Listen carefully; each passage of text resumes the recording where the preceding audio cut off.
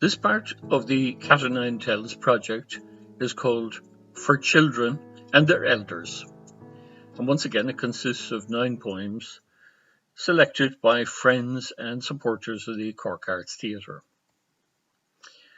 Now I have to admit that we agonised a bit over what we should call this selection, for the young and the ancient both find entertainment in these works that have earned our affection. Recollecting some lines with their memories entwined can delight us for days, if not longer, and like old photographs, make us smile, make us laugh. They're best shared with a person much younger. Elocution, fesh Matthew, some memories that you might rather would not be so vivid.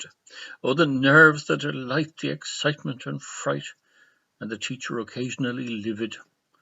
So to wind back the years, Edward Lear is in here. A. Milne with Sneasels, quite awesome. We have Guy Wetmore Carroll in Miss Moffat, a barrel. Mary Howitt, encouraging caution. Roald Dahl and Three Pigs. Hilaire Belloc on fibs. Edward Guest with those great bedtime stories. Wit and thought we disperse through Carl Sandburg's verse. And Lewis Carroll slays a monster, quite glorious. So our thanks to those persons who read us these verses and the poets who showed such invention. Most of all, thanks for listening, imagining, envisioning, and for lending our work your attention.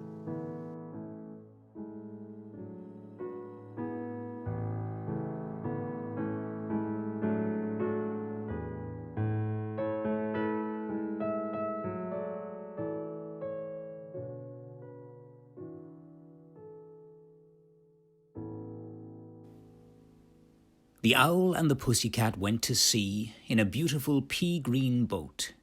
They took some honey and plenty of money wrapped up in a 5-pound note.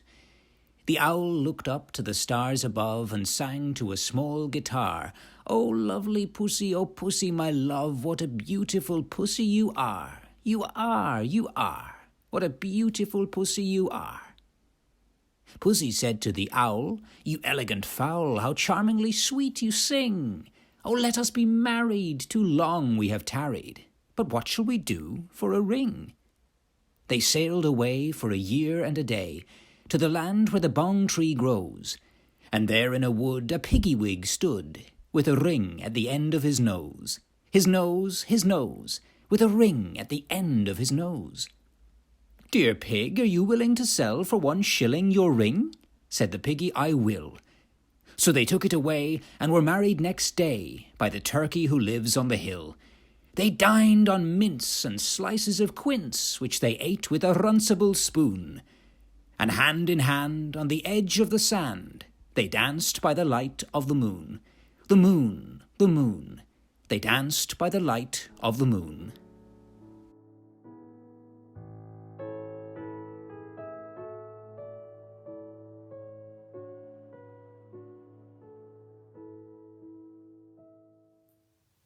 Little Miss Muffet discovered a tuffet, which never occurred to the rest of us. And as it was a June day, and just about noonday, she wanted to eat like the rest of us. Her diet was whey, and I hasten to say it is wholesome, and people grow fat on it. The spot being lonely, the lady not only discovered the tuffet, but sat on it. A rivulet gabbled beside her and babbled, as rivulets always are thought to do. And dragonflies sported around and cavorted, as poets say dragonflies ought to do. When glancing aside for a moment she spied a horrible sight that brought fear to her. A hideous spider was sitting beside her, and most unavoidably near to her. Albeit unsightly, this creature politely said, "Madam, I earnestly vow to you, I'm penitent that I did not bring my hat. I should otherwise certainly bow to you." Though anxious to please, he was so ill at ease that he lost all his sense of propriety, and grew so inept that he clumsily stepped on her plate, which is barred in society. This curious error completed her terror. She shuddered, and growing much paler, not only left Tuffet, but dealt him a buffet, which doubled him up in a sailor knot. It should be explained that at this he was pained. He cried, "I have vexed you, no doubt of it. Your fists like a truncheon." "You're still in my luncheon," was all that she answered. "Get out of it!"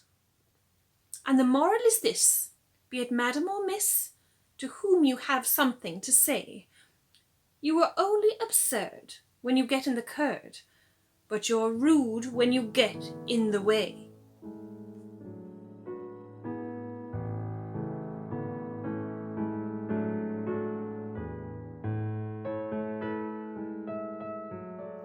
Christopher Robin had wheezles and sneezles. They bundled him into his bed. They gave him what goes with a cold in the nose, and some more for a cold in the head. They wondered if wheezles could turn into measles, if sneezles would turn into mumps. They examined his chest for a rash, and the rest of his body for swellings and lumps. They sent for some doctors in sneezles and wheezles to tell them what ought to be done. All sorts and conditions of famous physicians came hurrying round at a run. They all made a note of the state of his throat. They asked if he suffered from thirst. They asked if the sneezles came after the wheezles or if the first sneezle came first. They said, if you teasel a sneezle or wheezle, a measle may easily grow.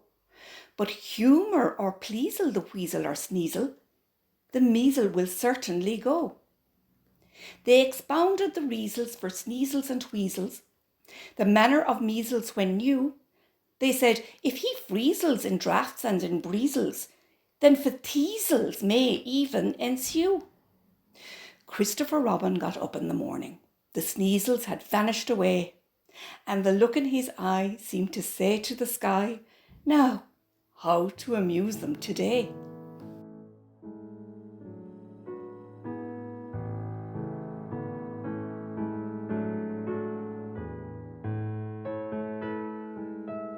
"Will you walk into my parlor?" said the spider to the fly. "'Tis the prettiest little parlor that ever you may spy. The way into my parlor is up a winding stair, and I have many curious things to show you when you are there." "Oh, no, no," said the little fly. "To ask me is in vain, for who goes up your winding stair can ne'er come down again." "I'm sure you must be weary, dear, with soaring up so high. Will you rest upon my little bed?" said the spider to the fly. "There are pretty curtains drawn around, and sheets are fine and thin.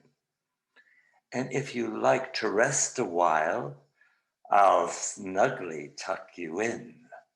"Oh, no, no," said the little fly, "for I've often heard it said, they never, never wake again who sleep upon your bed." Said the cunning spider to the fly, "Dear friend, what can I do to prove the warm affection I've always felt for you? I have within my pantry good store of all that's nice. I'm sure you're very welcome. Will you please take a slice?" "Oh, no, no," said the little fly. "Kind sir, that cannot be. I've heard what's in your pantry, and I do not wish to see." "Sweet creature," said the spider, "you're witty and you're wise. How handsome are your gauzy wings! How brilliant are your eyes! I have a little looking glass upon my parlor shelf. If you step in one moment, dear, you shall behold yourself." "Thank you, gentle sir," she said, "for what you're pleased to say. And bidding you good morning now, I'll call another day." The spider turned him round about and went into his den, for well he knew the silly fly would soon come back again. So he wove a subtle web in a little corner sly, and set the table ready to dine upon the fly. Then came out his door again, and merrily did sing, "Come hither, hither, pretty fly, with pearl and silver wing. Your robes are green and purple, there's a crest upon your head. Your eyes are like diamond bright, mine are dull and as lead. Alas, alas, how very soon this silly little fly, hearing his wily flattering words, came slowly flitting by. With buzzing wings she hung aloft, then near and nearer grew, thinking only of her brilliant eyes and green and purple hue, thinking only of her crested head. Poor foolish thing! At last up jumped the cunning spider and fiercely held her fast.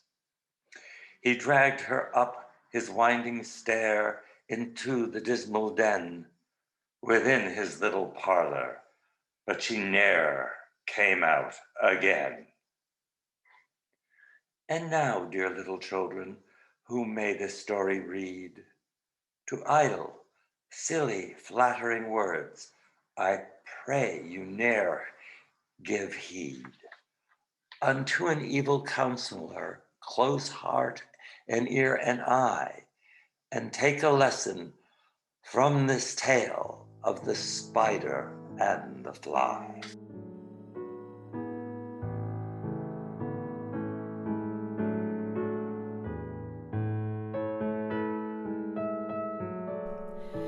Matilda told such dreadful lies, it made one gasp and stretch one's eyes. Her aunt, who from her earliest youth had kept a strict regard for truth, attempted to believe Matilda. The effort very nearly killed her, and would have done so had not she discovered this infirmity. For once, towards the close of day, Matilda, growing tired of play, and finding she was left alone, went tiptoe to the telephone, and summoned the immediate aid of London's noble fire brigade. Within an hour, the gallant band were pouring in on every hand, from Putney, Hackney Downs and Bow, with courage high and hearts aglow. They galloped roaring through the town, "Matilda's house is burning down!" Inspired by British cheers and loud, proceeding from the frenzied crowd, they ran their ladders through a score of windows on the ballroom floor, and took peculiar pains to souse the pictures up and down the house, until Matilda's aunt succeeded in showing them that they were not needed. And even then she had to pay to get the men to go away. It happened that a few weeks later, her aunt was off to the theatre to see that interesting play, The Second Mrs. Tanqueray. She had refused to take her niece to hear this entertaining piece, a deprivation just and wise to punish her for telling lies. That night, a fire did break out. You should have heard Matilda shout. You should have heard her scream and bawl and throw the window up and call to people passing in the street, the rapidly increasing heat encouraging her to obtain their confidence, but all in vain. For every time she shouted, "Fire!" they only answered, "Little liar." And therefore, when her aunt returned, Matilda and her house were burned.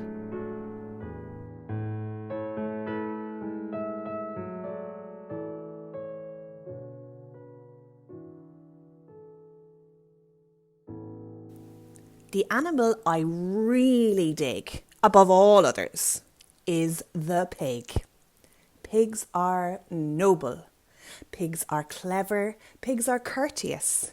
However, now and then, to break this rule, one meets a pig who is a fool. What, for example, would you say if strolling through the woods one day, right there in front of you, you saw a pig who'd built his house of straw? The wolf, who saw it, licked his lips and said, "That pig has had his chips. Little pig, let me come in." "No, no, by the hairs on my chinny chin chin." "Then I'll huff and I'll puff and I'll blow your house in." The little pig began to pray, but Wolfie blew his house away. He shouted, "Bacon, pork and ham, oh what a lucky wolf I am." And though he ate the pig quite fast, he carefully kept the tail till last. Wolf wandered on, a trifle bloated. Surprise, surprise, for soon he noted another little house for pigs, and this one had been built of twigs. Little pig, let me come in." "No, no, by the hairs on my chinny chin chin." "Then I'll huff and I'll puff and I'll blow your house in." The wolf said, "Okay, here we go." He then began to blow and blow. The little pig began to squeal. He cried, "Oh, wolf, you've had one meal. Why can't we talk and make a deal?" The wolf replied, "Not in your Nelly." And soon the pig was in his belly. "Two juicy little pigs," Wolf cried. "But still, I'm not quite satisfied. I know how full my tummy's bulging, but oh, how I adore indulging." So, creeping quietly as a mouse, the wolf approached another house, a house which also had inside a little piggy trying to hide. "You'll not get me," the piggy cried. "I'll blow you down," the wolf replied. "You'll need," Pig said, "a lot of puff, and I don't think you've got enough." Wolf huffed and puffed and blew and blew. The house stayed up, as good as new. "If I can't blow it down," Wolf said, "I'll have to blow it up instead. I'll come back in the dead of night and blow it up with dynamite." Pig cried, "You brute! I might have known." Then, picking up the telephone, he dialed as quickly as he could the number of Red Riding Hood. "Hello," she said. "Who's speaking? Who? Oh, hello, Piggy. How'd you do?" Pig cried, "I need your help, Miss Hood. Oh, help me, please. Do you think you could?" "I'll try, of course," Miss Hood replied. "What's on your mind?" "A wolf!" Pig cried. "I know you've dealt with wolves before, and now I've got one at my door." "My darling Pig," she said. "My sweet, that's something really up my street. I've just begun to wash my hair, but when it's dry, I'll be right there." A short while later, through the wood came striding brave Miss Riding Hood. The wolf stood there, his eyes ablaze and yellowish like mayonnaise. His teeth were sharp, his gums were raw, and spit was dripping from his jaw. Once more the maiden's eyelid flickers. She draws the pistol from her knickers. Once more she hits the vital spot and kills him with a single shot. Pig, peeping through the window, stood and yelled, "Well done, Miss Riding Hood!" Ah, Piglet, you must never trust young ladies from the upper crust. For now, Miss Riding Hood, one notes, not only has 2 wolfskin coats, but when she goes travelling from place to place, she has a pigskin travelling case.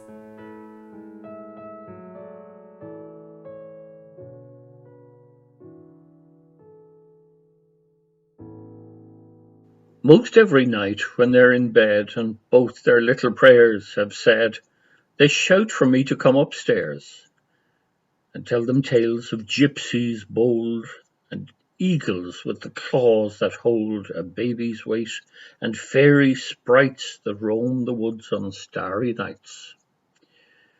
And I must illustrate these tales, must imitate the northern gales that toss the native man's canoe, and show the way he paddles, too. If in the story comes a bear, I have to pause and sniff the air, and show the way he climbs the trees to steal the honey from the bees. And then I buzz like angry bees and sting him on the nose and knees, and howl in pain till mother cries, "That pair will never shut their eyes while all that noise up there you make.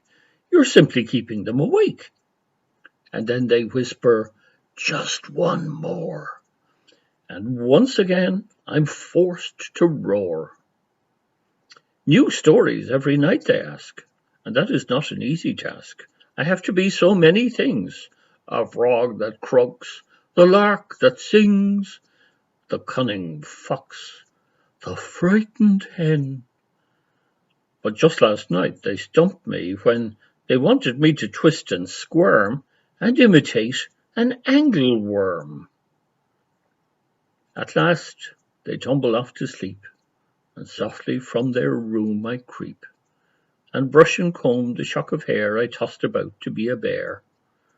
Then mother says, "Well, I should say you were just as much a child as they." But you can bet I'll not resign that storytelling job of mine.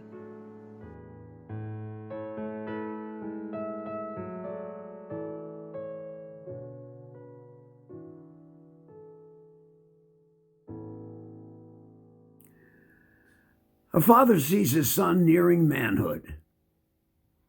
What shall he tell that son?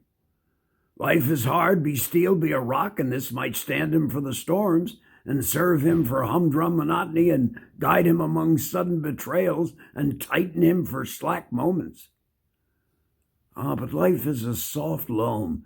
Be gentle. Go easy, and this too will serve him. Brutes have been gentled where lashes failed. The growth of a frail flower in a path up has sometimes shattered and split a rock. A tough will counts. So does a desire.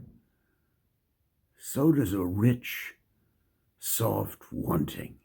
Without rich wanting, nothing arrives. Tell him too much money has killed men and left them dead before burial, and quest of lucre beyond a few easy needs has twisted good enough men sometimes into dry, thwarted worms. Tell him time is a stuff can be wasted. Tell him to be a fool every so often and have no shame over having been a fool, yet learning something out of every folly, hoping to repeat none of the cheap follies, thus arriving at intimate understanding of a world numbering many fools. Tell him to be alone often, get at himself, and above all, tell him no lies about himself, whatever the white lies and provocative fronts he may use against other people. Tell him solitude is creative if he is strong, and final decisions are made in silent rooms. Tell him to be different from other people if it comes natural and easy being different. Let him have lazy days, seeking his deeper motives. Let him seek deep for where he is born natural, that he may understand Shakespeare and the Wright brothers and Pasteur, Pavlov, Michael Faraday, and free imaginations, bringing changes into a world resenting change. He will be lonely enough to have time for the work he knows as his own.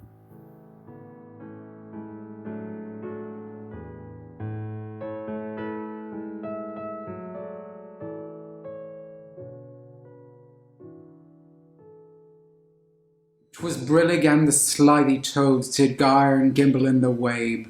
All mimsy were the borrow groves, and the mome rats outgrabe. Beware the Jabberwock, my son, the jaws that bite, the claws that catch. Beware the Jubjub bird, and shun the frumious Bandersnatch. He took his vorpal sword in hand, long time the Maxome foe he sought. So rested he by the Tumtum tree, and stood awhile in thought.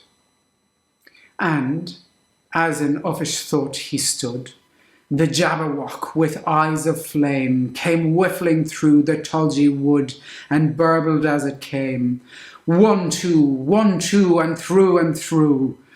The vorpal blade went snicker-snack. He left it dead, and with its head he went galumphing back. And hast thou slain the Jabberwock? Come to my arms, my beamish boy. O frabjous day, Callooh, Calais, he chortled in his joy. 'Twas brillig, and the slithy toads did gyre and gimble in the wabe. All mimsy were the borogoves, and the mome rats outgrabe.